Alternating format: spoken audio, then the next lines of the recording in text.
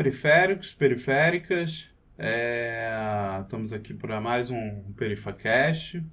É o canal onde a gente reúne aí e fica sabendo um pouco mais sobre o trabalho do pessoal de favela e áreas periféricas. Toda segunda-feira tem programa novo. Toda segunda a gente traz um convidado para a gente ficar conhecendo um pouco aí da produção de algum periférico. Se você produz arte ou você é um agente dentro da sua comunidade, entre em contato com a gente. Em alguns momentos aqui na tela vai aparecer um QR Code, que é justamente para, se você quiser mandar seu material e achar que é interessante participar do programa, manda para a gente que a gente dá uma analisada e possivelmente aí a gente pode estar te convidando para participar. Como eu já falei, fica ligado, toda segunda tem programa novo no canal. Te convido a se inscrever, a assistir os vídeos, dar like e comentar, né? Ativa o sininho, que é importante para você receber o comunicado das programações e dar aquela força aí para o canal continuar crescendo, tá? A gente entende aí que o canal é relevante e importante aí para a cidade, né? Para a gente ficar conhecendo um pouco mais de gente que tem muitas vezes trabalhos grandiosos e não tem muito espaço ou não é tão conhecido. Hoje a nossa convidada vem lá do Complexo do Alemão. Ela é liderança do movimento por moradia na favela, defensora dos direitos humanos e fundadora do Mulheres em Ação no Alemão, que é uma organização comunitária que dá assistência cultural e social a mais de 200 famílias chefiadas por mulheres. Em novembro de 2021, foi premiada com o prêmio Frontline Defenders, uma organização irlandesa e global de defesa de defensoras dos direitos humanos. Em dezembro de 2001, foi homenageada pela Mandata Quilombo, da deputada Mônica Francisco, e recebeu o diploma Não Farão Política Sem Nós. Camila Moradia, tudo bem? Tudo bem. Prazer te receber, tá? Obrigado por ter aceitado o convite. A gente que se sente honrada, assim, pelo espaço, né? A gente mais ainda.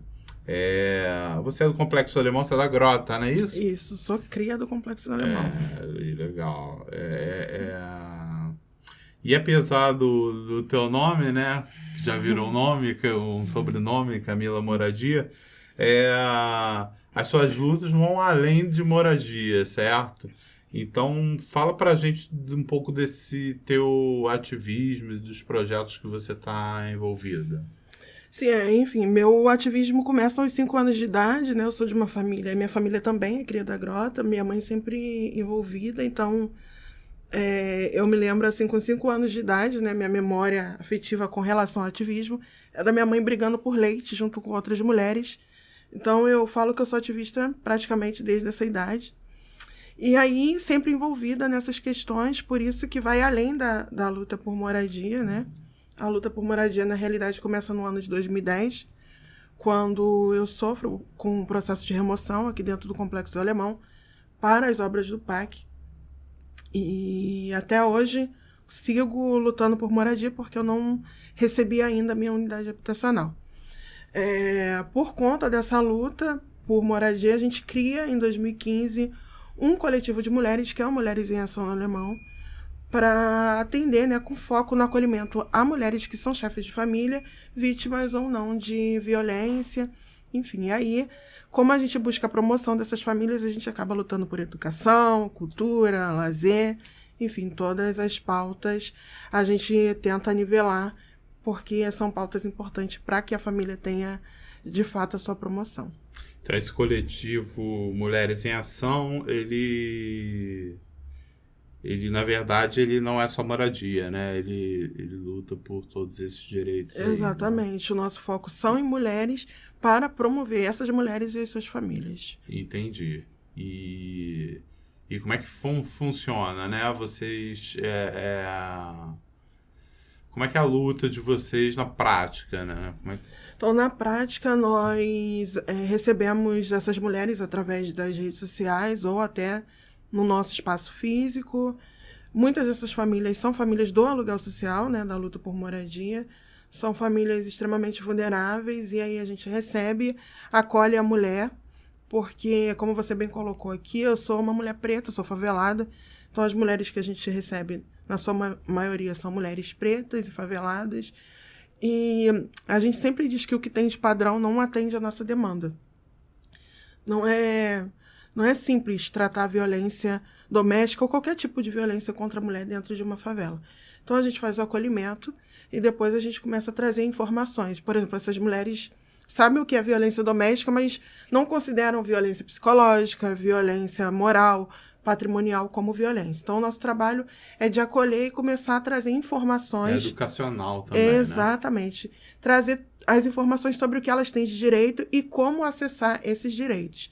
E daí a gente vai buscando, acolhe, tem curso de inglês, tem reforço escolar, tem oficinas e palestras para que essas mulheres comecem a se autopromover mesmo, né? A gente tem encontros de autocuidados para que elas possam descobrir o que elas gostam, o que elas têm interesse, para que elas se cuidem de verdade, porque a mulher na favela, a sobrecarga está toda em cima dela, ela que de fato move tudo. Então, nós somos 9 mulheres, né? Tem uma mulher de cada parte do Alemão, o Complexo do Alemão é muito grande, cuidando de tantas outras mulheres, né? A gente chega a ter mais de 70 mulheres por cada mulher. Enfim, é um trabalho de, principalmente, trazer...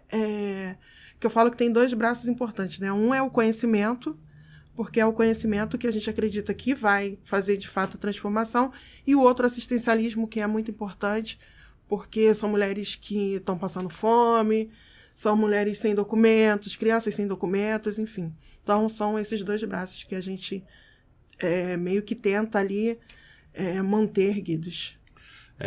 Vocês têm alguma sede e tem apoios? Então, a gente não tinha sede, a nossa sede veio no ano passado, na realidade, justamente por conta da demanda. O nosso trabalho era um trabalho que eu falava que era itinerante, rodava o Complexo do Alemão todo, né? Porque nós somos do Complexo do Alemão, tem uma da Favela da Galinha e uma do Complexo da Penha.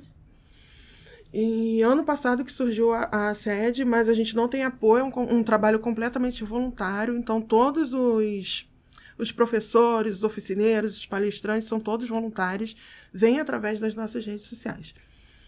Mas com a pandemia a gente também entendeu que havia necessidade de buscar recursos, então agora a gente tem se estruturado para começar a buscar esses recursos, até por conta do aumento da demanda, né? Então a gente precisa ter essa estrutura e um apoio fixo para poder continuar mantendo o atendimento. E aí dentro dessa estratégia de vocês, tem o Estado como agente? A gente gostaria muito de ter, mas nós não temos, assim. Mas a gente também não deixa de cobrar. Uma coisa que eu falo muito importante é que a gente tem feito o nosso papel, a gente entende, porque a gente acredita no nós por nós, mas a gente também tem um trabalho de cobrar e pressionar o poder público, porque a responsabilidade é deles, né? A gente tem um Estado, a gente tem uma Constituição, né? A gente tem garantia de direitos e a gente quer acesso a esses direitos. E não somos nós, quem tem o poder da caneta são eles. Então, a gente também tem um trabalho de pressionar e cobrar o poder público. Super importante. Isso deveria ser a prática de todo cidadão, né?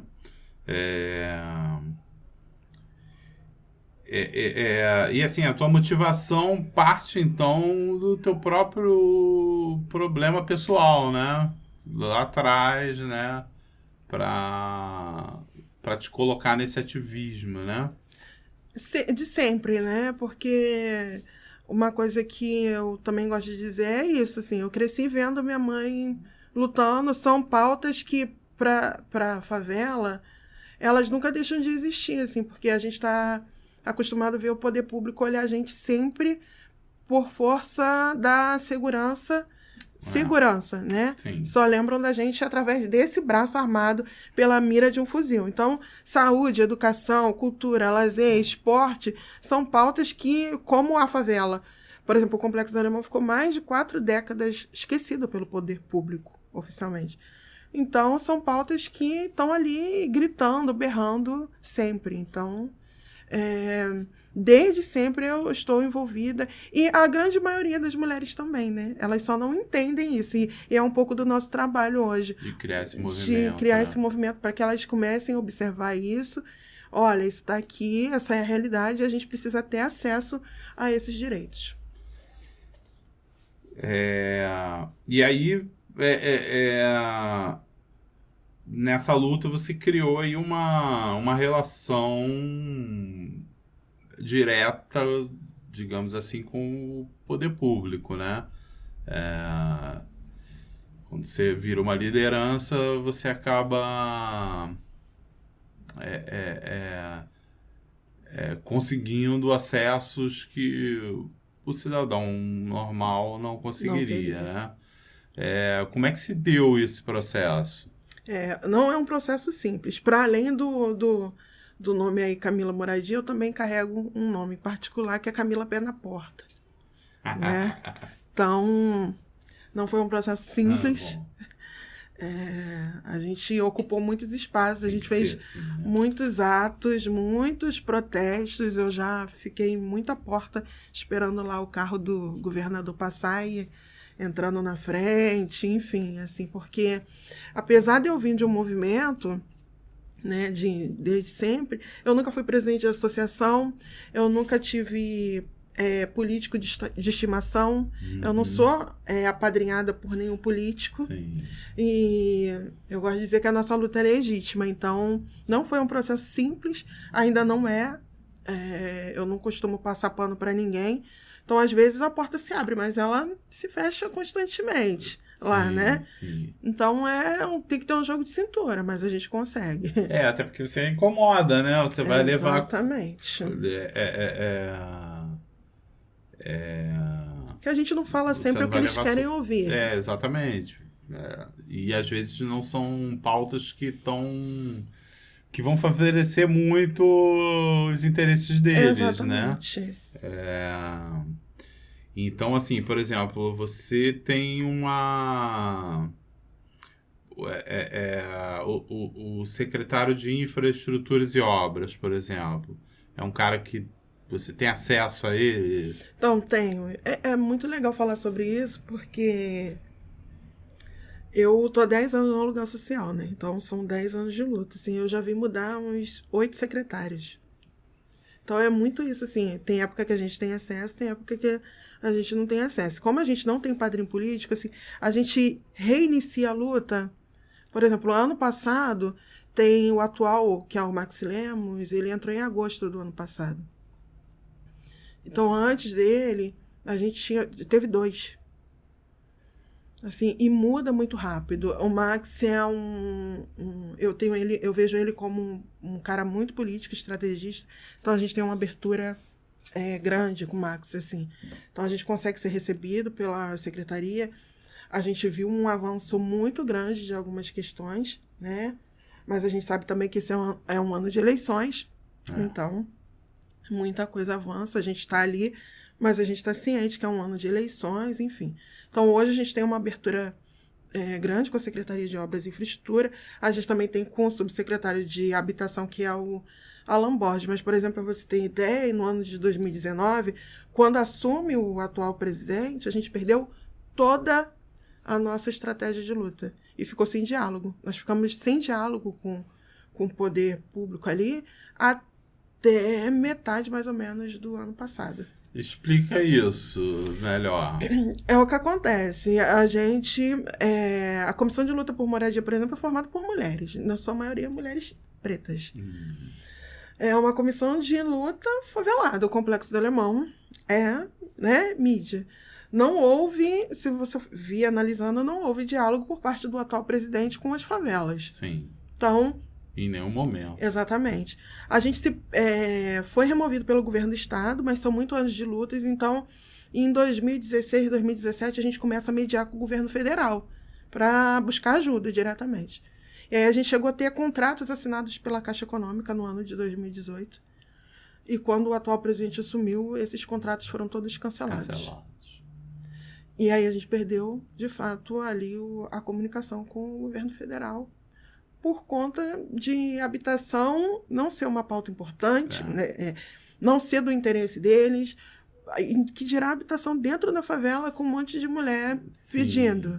Um monte de família preta, pobre e favelada, enfim. Aí a gente perde completamente o diálogo ali. Nunca foi pauta do governo as minorias em nenhuma instância. Exatamente. E eu falo assim, ele foi eleito legitimamente gritando isso, que ele não gostava de preto, que ele deixava isso ali aberto para todo mundo, né? Que não gostava de mulher, que não gostava de preto. Então, a gente sabia bem com quem a gente estava lidando. E agora estamos aí pagando preço. Quantas pessoas e famílias você mensura que não tem moradia no Complexo do Alemão? Então, eu vou falar baseado nos dados que nós temos. Pelo governo do estado, a gente tem lá no portal do aluguel social cerca de 1.300 famílias. Esse número pode chegar a uns 1.800 porque algumas famílias não suportaram. O aluguel social ele tem o valor de R$400 desde 2010. Então, você não dá conta de pagar. Então, algumas pessoas voltaram para os seus locais de origem, que é fora do Rio de Janeiro, Norte, Nordeste. E como elas não fizeram o recadastramento, elas não aparecem lá nesse portal. Então, 1.300 oficialmente pelo governo do estado, mas pode ter essa diferença. E aí a gente também tem famílias no aluguel social pela Prefeitura do Rio de Janeiro, e a gente deve ter cerca de 1.500 famílias. Eu acredito que a gente tem hoje no Complexo do Alemão, nessa situação ali, umas 4.000 famílias. Mas a gente também tem as pessoas que estão em situação de rua, que a gente vê todo dia, até porque a gente faz muita ação em rua, e deve ter ali também umas 2.500. Uau, gente pra caramba, né? Muita gente. E me diz uma coisa, como é que funciona... Também é uma curiosidade minha. Como é que funciona essa coisa do aluguel social, né?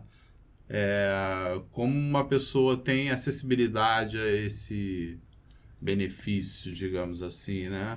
E o que ela tem que fazer para ter acesso a esse benefício?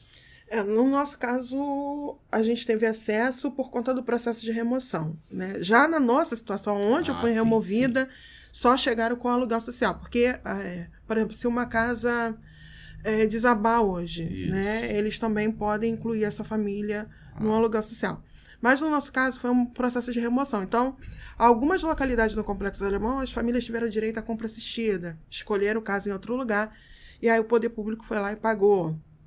Ou também optaram por ser indenizadas, e aí o governo vai lá e indeniza. No nosso caso, foi um aluguel social, e hoje a maior parte que acontece é justamente ser incluso diretamente no aluguel social, que tem esse valor.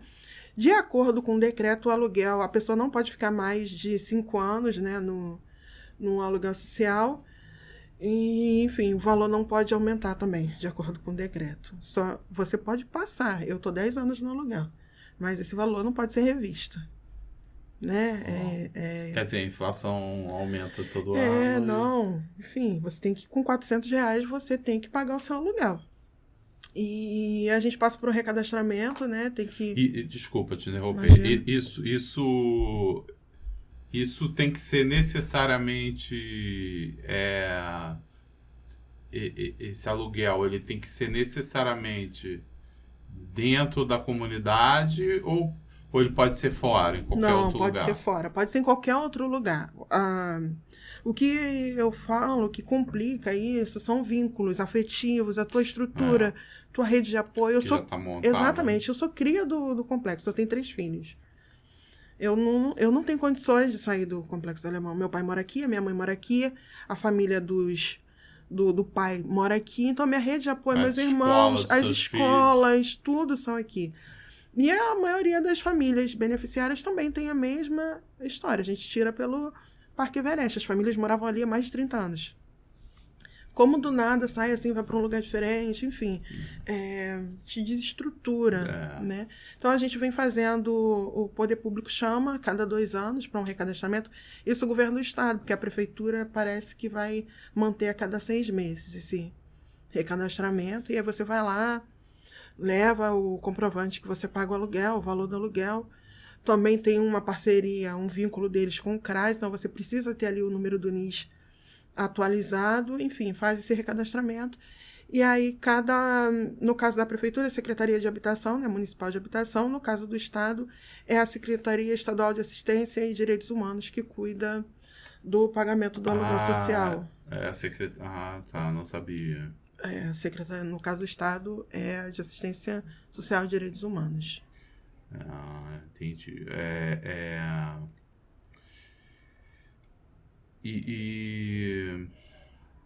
E assim, eu vejo lá que você, além de ser reconhecida pelo que faz, pelo que fez, tem já uma imagem consolidada junto à comunidade dessa mulher preta favelada que luta pelas causas da comunidade, principalmente com foco aí nas mulheres, né? E aí isso acabou chamando a atenção também fora, né? Internacionalmente. Como é que se deu isso? Então, os meus grandes parceiros pessoais e também hoje parceiros do Mulheres em Ação, que é o Raul Santiago e o René Silva, e aí trazem essas instituições para serem também nossas parceiras, que é o Voz das Comunidades, Coletivo Papo Reto. O Raul, que é um grande ativista e defensor de direitos humanos, sempre falando, você é defensora de direitos humanos ali, sinalizando.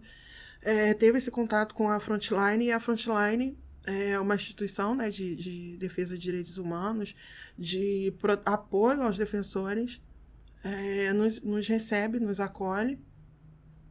Foi o Raul que fez essa minha aproximação da Frontline. Então, e eles ficam ali para dar apoio mesmo, porque a gente incomoda, né? Você colocou isso aqui, a gente acaba incomodando de uma certa forma muitas pessoas, não só o poder público, mas outras pessoas também. Então, a Frontline tem esse cuidado com os defensores. E aí, pra gente, muito importante, a gente recebe ameaças de morte, enfim. Isso que eu pensei. Então, daí que a gente tira, né, nossos aprendizados. O Coletivo Papo Reto é um coletivo de mídia que apoia defensores humanos, enfim, que está ali para garantir essas imagens, essas questões. Então fizeram essa aproximação que para mim foi extremamente importante. Por exemplo, os protestos da luta por moradia, o Coletivo Papo Reto estava presente, mas nessa de ter provas ali se acontecesse qualquer coisa para nos garantir, o Voz das Comunidades fazendo a cobertura mesmo, dando visibilidade. E aí faz essa aproximação da Frontline, para a gente super importante, tanto para trazer informações de como a gente se proteger, né? Porque a gente tem aí a escola da vida, que é a nossa vivência, mas a gente precisa ter a nossa segurança, ter estratégias de segurança. E é isso, assim, a Frontline foi um presente, assim, na minha vida.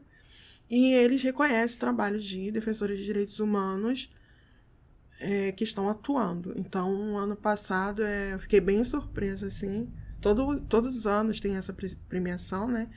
E aí eu recebi uma ligação falando, olha, você foi indicada, e é a primeira vez que uma pessoa ganha no Brasil, e aí logo de cara já foi uma mulher. Assim, e representando as Américas, né? Porque é uma pessoa que ganha por continente. É por continente? É por continente. Caramba, grandioso isso, né? E aí, assim, pra mim também fiquei muito feliz, porque é um reconhecimento de um trabalho que a gente faz, né? Porque, como eu disse, Para além disso tudo, eu realizo de fato um trabalho focado na defesa dos direitos humanos, principalmente no direito das mulheres.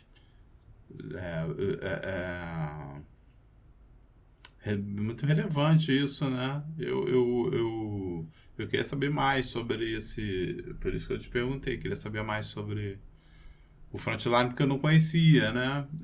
E eu fui lá dar uma pesquisada e vi que eles trabalham com essa coisa de proteger e de dar relevância Sim. a quem está lá E é no importante. frontline mesmo, né? Exatamente. E é muito importante porque é uma instituição internacional. Assim. Aí te dá um respaldo, né? Respaldo e a visibilidade mesmo, assim, de atingir outros, das pessoas saberem, olha, tem uma galera aqui, porque pra gente é muito importante que o alemão seja visto lá fora, não só pela questão da violência, porque nós já somos olhados assim aqui. O próprio poder público no Brasil só olha, aqui no Rio de Janeiro, só olha pra gente assim. A única política que tem voltada para as favelas é da segurança pública. Exatamente. Então, pra gente é muito importante. Estão falando do Jacarezinho agora? Exatamente. Então, pra gente é muito importante que lá fora também saiba, olha, tem uma galera aqui construindo e fazendo isso aqui que é importante, buscando a mudança ali. Não, e é legal vocês terem essa rede de proteção em volta de vocês também, né? Você falou dessa coisa de incomodar, né? Você alguma vez, assim, já se sentiu ameaçada? Eu já recebi algumas ameaças de morte, né? E a gente reocupou um dos terrenos onde a gente morou. Então, não sei o que aconteceu. Enfim, fizeram uma denúncia e aí a UPP foi lá para fazer o processo de remoção de novo.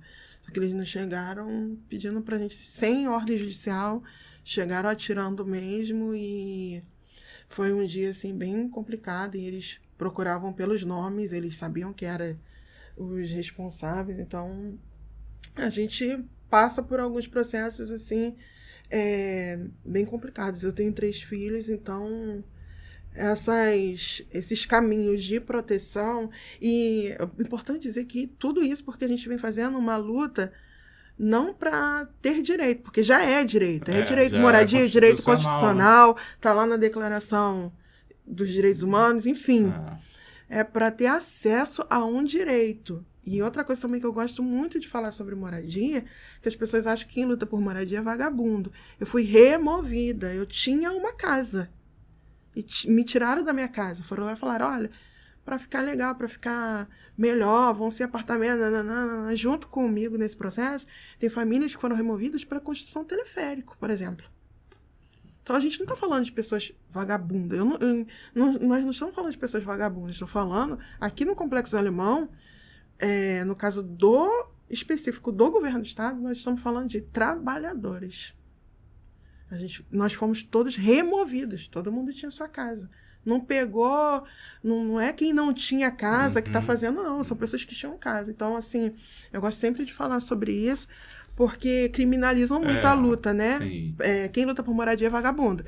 E aí vocês não estão no mesmo pacote dos sem-teto. É outra luta, né? Exatamente. Apesar de estar todo mundo lutando por moradia, é um movimento de quem tinha casa, de quem sofreu com o processo de remoção. O movimento sem-teto eu acho muito legítimo também. Exato. Mas é diferente da situação de vocês que inclusive, falar aqui uma coisa muito importante, que, por exemplo, a gente foi esquecido completamente pelo poder público. E aí o MTST, por exemplo, foi um dos nossos parceiros. Foi o MTST que nos levou a Brasília. Eu estava de resguardo e não pude viajar, e meus 2 irmãos foram com uma carta que eu escrevi de próprio punho dentro do ônibus do MTST e chegou em Brasília e falou com o ministro das cidades, na época. Então, assim, todos movimentos legítimos. Você chega dentro dos acampamentos do MTST, dos sem-teto, você não encontra pessoas vagabundas. Tá lá, estão plantando, estão trabalhando, enfim, assim. Por isso que a gente fala que é uma luta legítima do povo e que não criminalizem, né? Porque nós não somos vagabundos, a gente está lutando para ter acesso aos nossos direitos. Sim. Direito constitucional, né? Se a gente tem uma Constituição e é para ser seguida. Vamos mostrar umas fotos suas aqui.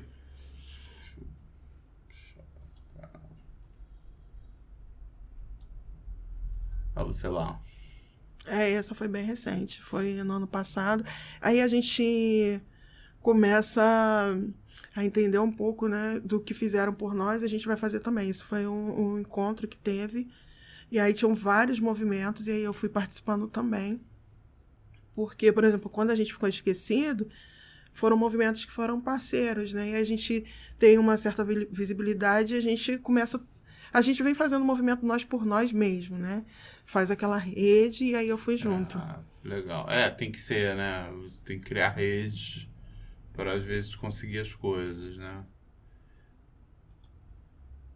Você acha incrível? Essa foi nas Olimpíadas. Quando a gente ficou esquecido, a gente fez tanta coisa, mas tanta coisa. E aí foi nas Olimpíadas, na praia de Copacabana ficava lotado de turista. E aí a gente foi pra lá e ficamos lá. É lugar pra você manifestar, né? Exatamente. Ficamos lá, olha, a gente tá... E aí a mídia vinha em cima, e aí, tipo... mandavam chamar, o governador mandava chamar, olha, calma, vamos... Porque normalmente quando eu fazia esses movimentos era porque as portas não se abriam. E aí vamos fazer alguma coisa para chamar atenção, que eles vão ter que receber a gente. Sim. Então, era isso. Legal, é isso, tem que ser assim. É o pé na porta. Eu tava operada aí, eu tava operada, tava com ponto. É mesmo? Caralho, você é guerreira. É o pé na porta que você fala. Exatamente. Isso aí, né? Aí é onde? Na Câmara? Então, esse foi na Câmara. Ano passado também eu recebi uma homenagem da Thaís Ferreira, né? Vereadora Thaís Ferreira. Foi da Consciência Negra. E incrível que alguma coisa aconteceu e todo mundo fez. Aí o meu filho fez também. Eu falei, poxa, alguém podia ter tirado uma foto. Meu Deus! Que foi a primeira vez que ele foi na Câmara. Porque o Thales nasceu, ele tem 6 anos... nasce no meio dessa turbulência toda. Então, o Thales participa de tudo junto comigo. E ele, na Câmara dos Vereadores, ele não tinha ido. Ele já foi na Caixa Econômica, Palácio Guanabara, Alerj, tudo que você imaginar, mas lá ele não tinha ido. E aí, exatamente, ele vai levantar a mão. Falei, poxa, tomara que alguém tenha tirado uma foto. Momento importantíssimo. Linda foto. Pra mim, de homenagem da mãe data da vereadora Thaís Ferreira. Foi lindo mesmo, assim. Que eu falo que eu tô preparando meus filhos pra guerra, né?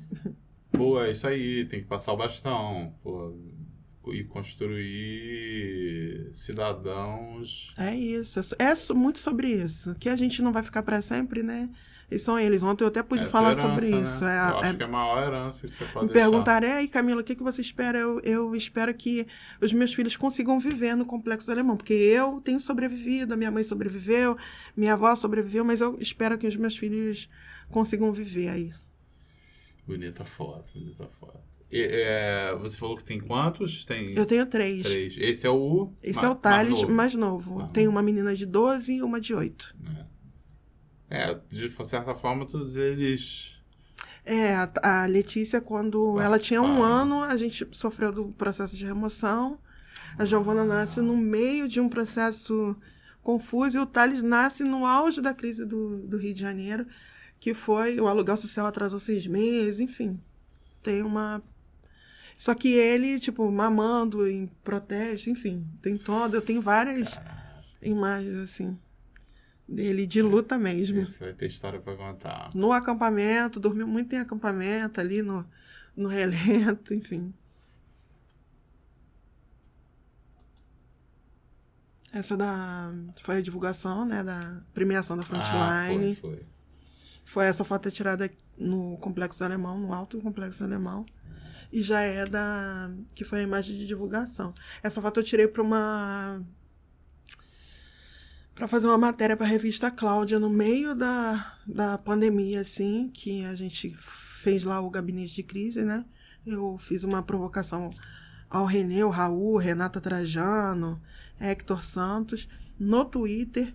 E aí a gente criou o gabinete de crise lá em março de 2020. Tá braba aí, hein? O cara... Aí você recebeu a premiação. Isso aí já é do ano passado. Muito importante, assim, Eu queria que fosse uma coisa dentro da favela, então eu recebi a premiação aqui no Rio de Janeiro, dentro do Complexo da Penha, no Container, que é um espaço cultural. Ela foi aqui? Eu quis que tudo fosse feito pautado na favela, tudo fosse, então foi dentro do Complexo da Penha, no Container, que é um lugar que emprega pessoas que são faveladas. Tudo foi voltado e também tive a oportunidade de homenagear, que esse evento fosse para homenagear mulheres, só mulheres. Então, assim, não teve para os homens, foram 20 mulheres que também são defensoras de direitos humanos. De cada pedacinho aqui do Rio de Janeiro, teve mulher da Maré, Acari, enfim, Penha, de várias localidades, Caxias, foi bem legal. Muito bom. Eu gostei muito dessa foto. Esse foi o prêmio que elas ganharam. Que aquele foi o meu, cada uma delas recebeu uma... Foi maravilhoso esse simbólico, né? Sim, que é o símbolo mesmo dos defensores de direitos humanos. Sim. Foi muito legal, assim, muito importante mesmo. Que mulher já não tem tanta visibilidade, né? Foi maravilhoso, assim, poder homenageá-las e também reconhecer o papel delas fundamental na atuação de defesa de direitos humanos aqui no Rio de Janeiro. E aí você recebendo uma outra premiação, né? Da Mônica, não foi? Foi com a Mônica Francisco já, também no finalzinho. Não foram políticas sem nós, não é isso? Correto, com a Mônica Francisco também, bem atuante na questão de defesa de direitos humanos, porque é o que eu falo, gente, eu não gosto de política, mas o Alan Brum sempre fala, poxa, você é política pra caramba. Pois é. Então... que não façam política sem nós. Você faz mais política que muito político aí. Uma matéria, né, que saiu, né? Então, isso aí é o que eu falo, que às vezes as portas se fecham, mas também as portas se abrem. Isso já foi agora na gestão do Maxi Lemos, eles me convidaram, dentro dessa gestão já foi lançado um programa habitacional, né? Porque a gente está aí há 10 anos sem programa habitacional no Rio de Janeiro. Então, o governo do estado lançou em setembro o programa do estado, Casa da Gente. E aí eles me convidaram para participar de um fórum sobre moradia retomada com dignidade. E me convidaram para participar contando a história. Porque tem muitas pessoas que participam de lutas, mas... para contribuir mesmo, né? No meu caso, eu sou a própria luta, porque eu tô, de fato, sem casa. E eles me convidaram para participar. E o Thales está ali, mais uma vez. Mas me diz uma coisa, esse programa é governo federal? Não, governo estadual. Estadual. Que é raro, né? Geralmente, esses programas de moradia vêm mais... por isso que eu falei que a gente estava mediando com o governo federal, né? Não. E, infelizmente, não rolou. E eu acredito que não vai rolar. Acaba com Minha Casa Minha Vida, troca, enfim. E aí o governo estadual, há muitos anos, não lança um programa, lançou esse, que parece que vão ser 50 mil casas em 5 anos, mas o Complexo do Alemão já entra na primeira demanda. Então... a gente, por exemplo, está aguardando aí, nos próximos dias, seja publicado no Diário Oficial as licitações, já para começar a andar com essa questão da construção, né, das moradias. E aí está o nosso futuro aí. Pois é. Militante. Esse foi lá no fórum. Eu até falei lá, olha, gente, que legal, né? Foi um fórum falando que era para retomar essa questão habitacional com dignidade. Aí eu contei, assim, quantas vezes eu bati nas portas não foram abertas, como que me chamavam de Camila a pé na porta, e aí, de repente, o próprio governo do estado me chama para participar de um fórum falando sobre moradia, né? Como que as portas se abrem, assim. Talvez se eu tivesse um político de estimação, eu não estaria lá. Porque ia depender se esse político era da base deles ou não. Mas como que fica legítima a luta, né? Quando ela vem ali do povo mesmo. É muito complicado, é quase impossível, mas a gente vê alguns detalhes ali, pequenos avanços, assim. Participar de um evento desse, com cobertura, por exemplo, de jornal, enfim.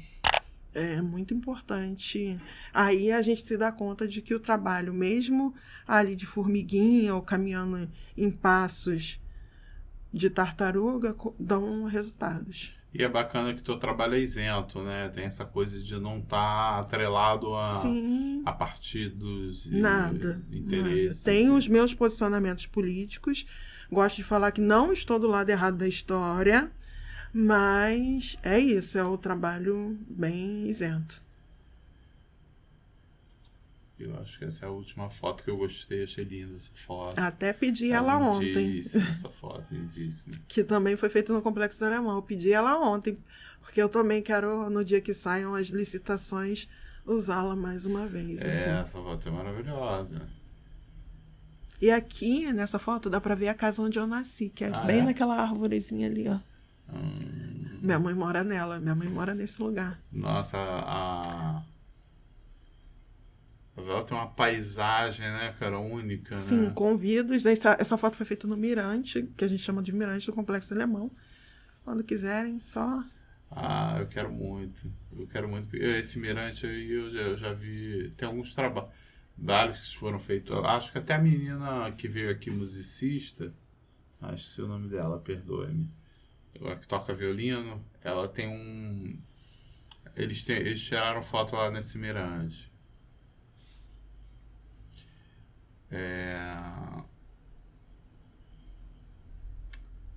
É isso, tem um videozinho que eu também queria mostrar.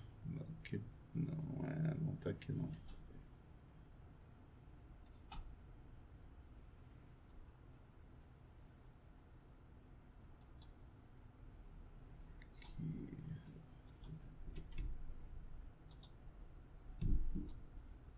Que é o que a Frontline fez. É um fragmento, né? Na verdade, é um vídeo maior.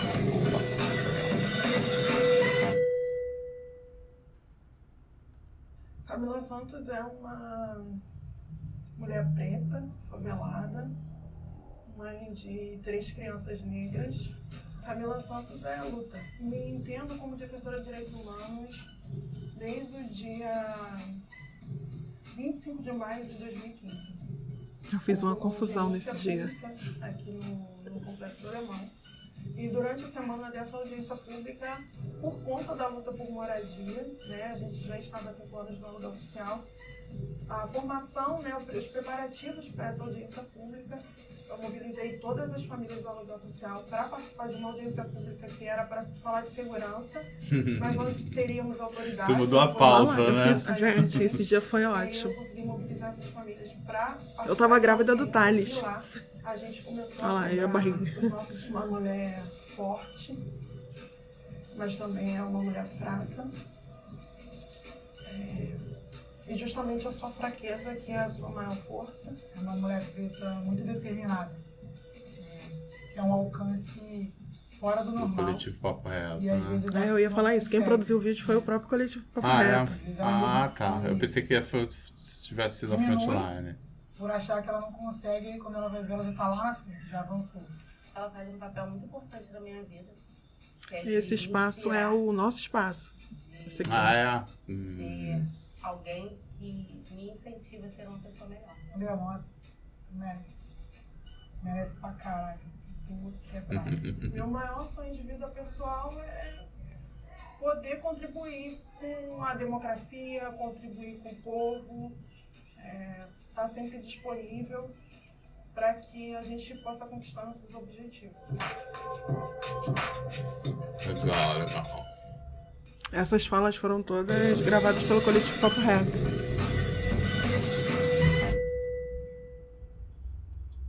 Eu pensei que eu pensei que tinha sido da Frontline. Não, e também assim, eu faço questão muito de que tudo seja que vai acontecer, que dê visibilidade para as pessoas da favela. Então, eu acho muito importante dizer, foi o coletivo Papo Reto que produziu. Foi o Voz que fez, ou foi qualquer outra instituição que produziu, que são pessoas de favela ali, ó. E que difere isso de outros grandes produtores, enfim, assim. A gente tem uma galera muito potente produzindo coisas muito potentes. Exatamente. A ideia do canal aqui é parte disso, né? Da gente ver uma potência muito grande em pessoas da favela e E eu queria só dizer que é uma mulher preta que produziu isso. o vídeo. É. É. Lana Souza. Legal dar o crédito. E aí, entrando nessa coisa da mulher preta, né? Você, uma mulher preta, favelada. Mulher preta e favelada, eu já votaria em você, assim, de cara. Eu acho que, assim, eu sempre tive uma ideia de que meu voto é muito caro. Então, se eu for votar em alguém, eu tenho que votar em alguém que esteja em Sim. vários níveis de minorias. E você está em vários, né? Você é mulher, você é preta e é favelada. Ou seja, você sabe a luta que é Sim, viver nesse país. Nem é com viver, né? esses- Sobreviver. porque- Sobreviver com esses estigmas todos que são colocados em vocês. Ainda coloco aí a luta também do LGBT, né? Da galera LGBTQIA+. Sim, eu faço questão também de sempre falar isso. No discurso que eu fiz com a Frontline, eu também fiz questão de pautar isso. Também sobre a pessoa trans, que o Brasil é líder nos assassinatos. Eu fiz questão de falar, porque quando a gente fala em defesa dos direitos das mulheres, a gente fala sobre isso tudo, né? Sim. Eu não tenho esse lugar de fala, não entendo muito, mas fiz questão de pautar que, infelizmente, o Brasil aí tem sido campeão e o quanto que a gente precisa pautar essa luta e estar ali se posicionando junto com eles.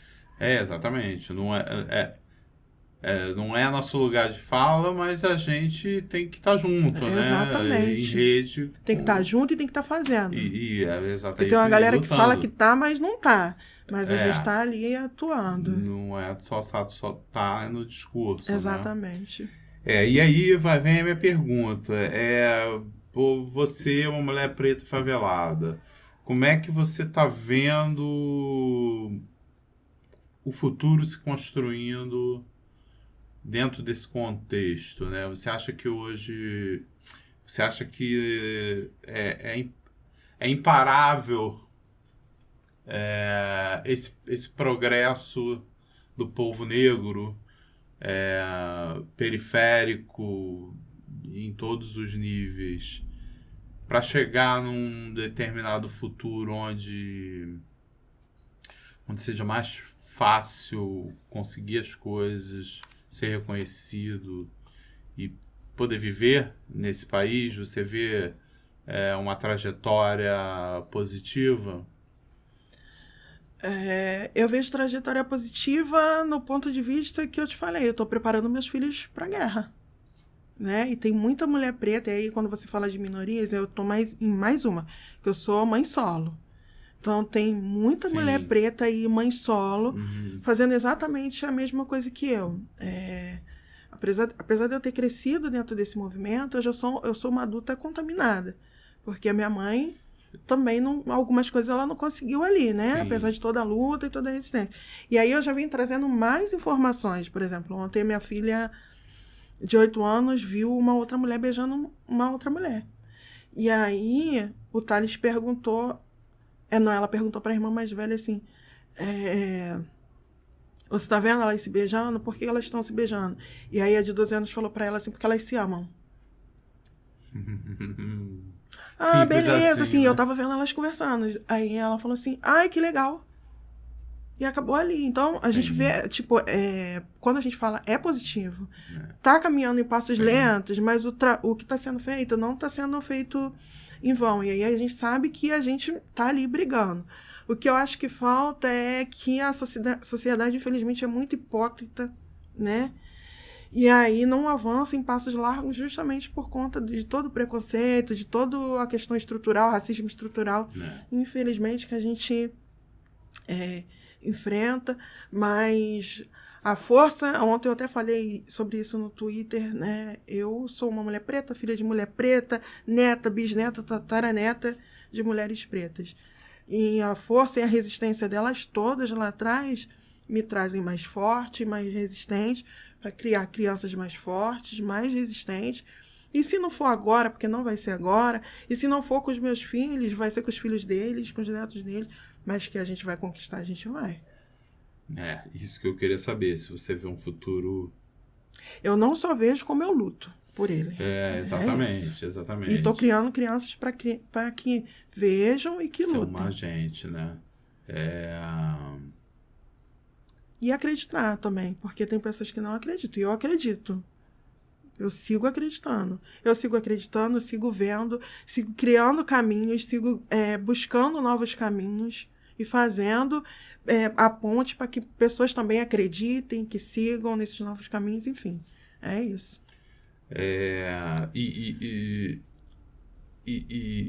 E a educação, né? A educação também é um caminho, né, Camila? Que é isso, você está educando seus filhos para serem seres humanos, né? Tô nem falando da educação... Eu ia falar isso agora, não é nem essa educação, é o que eu tô te falando, que é um dos nossos braços, que é trazer informação, que é trazer conhecimento. Exatamente. E eu gosto muito disso. Olha, se eu descobrir uma coisa hoje, eu marco uma oficina amanhã. Galera, senta e vamos conversar. Que isso aqui que a gente não sabia funciona dessa forma aqui.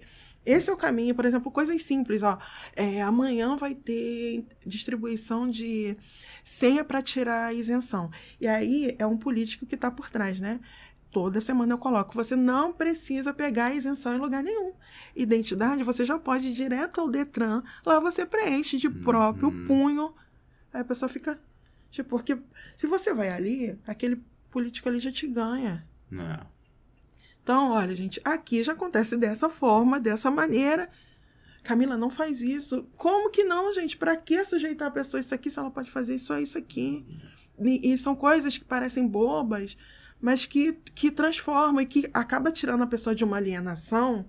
De um mecanismo. Exatamente. Né? E a gente vai rompendo estruturas assim, né? Questões assim, vícios, ciclos viciosos dessa maneira. E aí, pra gente finalizar, Camilo, você nunca pensou ou pensa, né? Você não tem pretensões políticas, porque assim, a gente precisa de gente como você lá dentro, cara. Assim, eu acho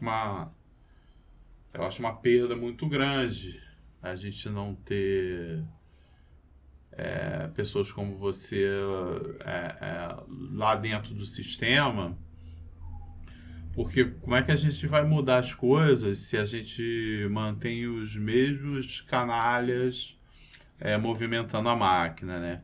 E aí a minha pergunta você nunca teve ou tem pretensões políticas? Então, essa é a pergunta que eu mais ouço, acho. Assim, eu nunca tive pretensões políticas, né? Também ouço muito isso, que a gente precisa romper. Talvez, o que eu digo hoje é que eu tenho mais essa consciência, assim, que a gente precisa de pessoas como nós ocupando esses espaços. Mas a pretensão ainda não veio. Mas eu já tenho essa consciência, tipo, é importante que nós estejamos ocupando esses espaços. Entendeu? Eu já tenho isso dentro de mim, eu já tenho, olha, não chega perto de mim que eu só voto em mulher preta. Vem comigo, não posso ir com você não, querido, porque eu só vou me aliar a mulheres pretas porque vai atender aquilo que eu trago. Sim. Então eu já carrego isso dentro de mim. E também já não descarto mais a possibilidade. Futuramente, quem sabe. Mas ainda não. Sim, no momento, sim. não é minha... Compreendo. Mas a gente vai mudando, é o que eu tô falando, assim, né? Eu já venho contaminadinha lá de trás, mas a gente vai entendendo, vai aprendendo, vai vendo, e quem sabe, assim, já me aliei a outras mulheres, pessoal da região serrana, por exemplo. Na última eleição, todas as mulheres vieram candidatas. E eu fiquei assim olhando e falei, caramba, elas falam que eu sou inspiração para elas e hoje elas já são inspiração. De coragem, enfim, de tudo. Tenho os meus medos, como eu te falei, já fui ameaçada de morte. E a gente sabe que essa questão política envolve isso tudo. Então pode ser alguns dos reflexos que eu tenho ainda, porque eu tenho 3 filhos, enfim, para manter toda uma estrutura de segurança, mas vamos um pouquinho devagar. No momento ainda não, mas vai chegar a hora. Entendo. Espero que você tome a decisão que seja melhor para você. Sim. Também, que às vezes não é o teu lugar também, né? O teu lugar é ficar nesse... Pois é, eu não me enxergo, né? Exatamente. Talvez você renda mais no lugar que você está hoje, né? Tem isso. Que é aquilo, né? Você entra para a máquina de poder, as coisas começam a ficar mais difíceis de realizar. Exatamente. Exatamente. Ontem eu recebi um dado que essa eleição desse ano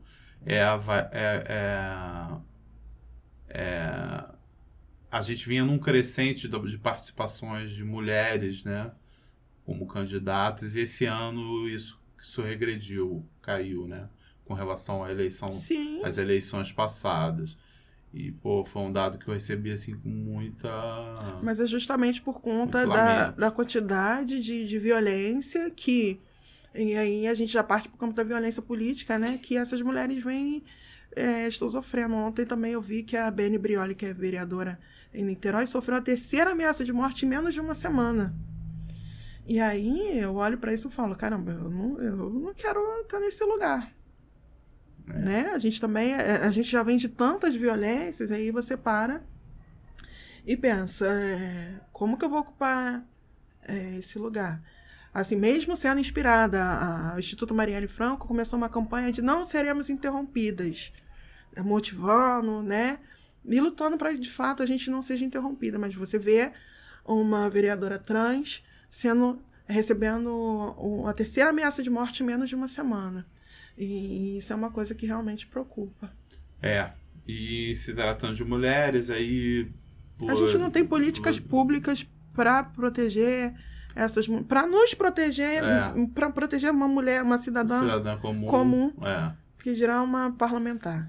Exatamente. A Mônica Francisco, por exemplo, que nos homenageou, eu lembro dela falando que ela chegava na LERJ, ela é deputada estadual e pediam identificação dela.